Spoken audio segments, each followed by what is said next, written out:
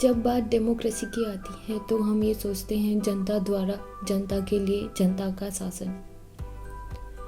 Similarly जब प्रकृति की बात आती है तो हम ऐसा क्यों नहीं सोचते हैं कि प्रकृति द्वारा, प्रकृति के लिए, प्रकृति का शासन। ऐसे हमें सुनने में आता है कि हाँ, कहीं पे प्रकृति के कुछ आपदाएं, जैसे कुछ भूकंप आ गया या फ्लड आ रहा है या बाढ़ से कुछ लोग बहुत ज़्यादा तबाह हो गए, पानी की कमी हो गई, सूखा पड़ गया। तो इन सब चीज़ों की जो एक्चुअल की जो वजह होती है वो भी तो यही होती है ना, क्योंकि ये प्रकृति ने सब कुछ बनाया है तो ऑब्वियसली प्रकृति ही इस पे शासन करेगी, इस पे हमारा कोई हक नहीं है। क्योंकि जब हम जनता की बात आती है तो हम हमेशा ये बोलते हैं कि हमें बहुत ज़्यादा फ्रीडम है और हम जो हैं वो कंट्रोल करके रखना चाहते हैं हर चीज़ को, या फिर सारी चीज़ें हमारी इच्छा के अनुसार होनी चाहिए। तो ऐसे ही जब प्रकृति की बात आती है, हम प्रकृति को भी ऐसे अपने कंट्रोल में नहीं रख सकते। प्रकृति को भी फ्रीडम चाहिए, प्रकृति भी अपना शासन करना चाहती है।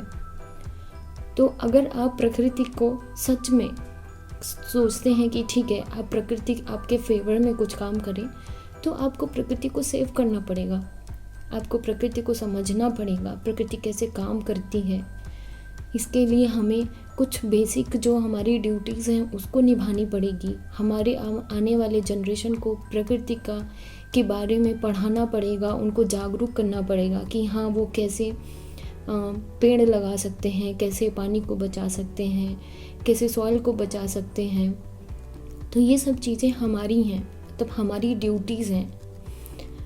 तो होप आपको ये बात समझ में आई होगी कि प्रकृति के लिए, प्रकृति का शासन, ऐसे हमारी लाइफ में प्रकृति का जो शासन है वो हमेशा चलता ही रहेगा। ये हमारी ड्यूटी है कि हमें इसको बचाना है, हमें किसी भी वॉर का सिचुएशन क्रिएट नहीं करना है, हमें पीस मेंटेन करके रखना है। रिवेंज की जो ये भावना है वो नहीं होनी चाहिए। और मैंने ये वीडियो इसलिए बनाया है क्योंकि आजकल जब मैं देखती हूँ न्यूज़ रसिया का यूक्रेन से, तो मुझे बहुत ज़्यादा अंदर से ख़राब लगता है कि ये सब चीज़ें प्रकृति को कितना डैमेज कर रही हैं। और किसी भी प्रकृति के और भी क्रिएचर्स को ये बहुत ज़्यादा इससे जो प्रतिक्रिया हो रही है उससे कितनी ज़्यादा हानि हो रही है। क्योंकि हम तो क्या हैं, हम तो मनुष्य हैं, हम तो उठ के भाग जाएंगे। किसी भी एक देश में वॉर होगा तो हमारे पास बहुत ज़्यादा सुविधाएं होती हैं, हम बात करते हैं, हम बोल सकते हैं। लेकिन क्या कभी आपने सोचा है कि उन जानवरों का या उन पक्षियों का या जो ऐसे क्रिएचर्स हैं जैसे समुद्र में जो जीव जंतु हैं, उनका क्या होता होगा? वो तो कुछ नहीं बोल पाएंगे, वो कैसे भागेंगे, वो कहाँ जाएंगे भागें। तो हो सकता है आपको ये मेरा ये वीडियो थोड़ा पसंद आया हो और आप इसके बारे में थोड़ा सोचें कि हमें प्रकृति को बचाना है। नमस्ते।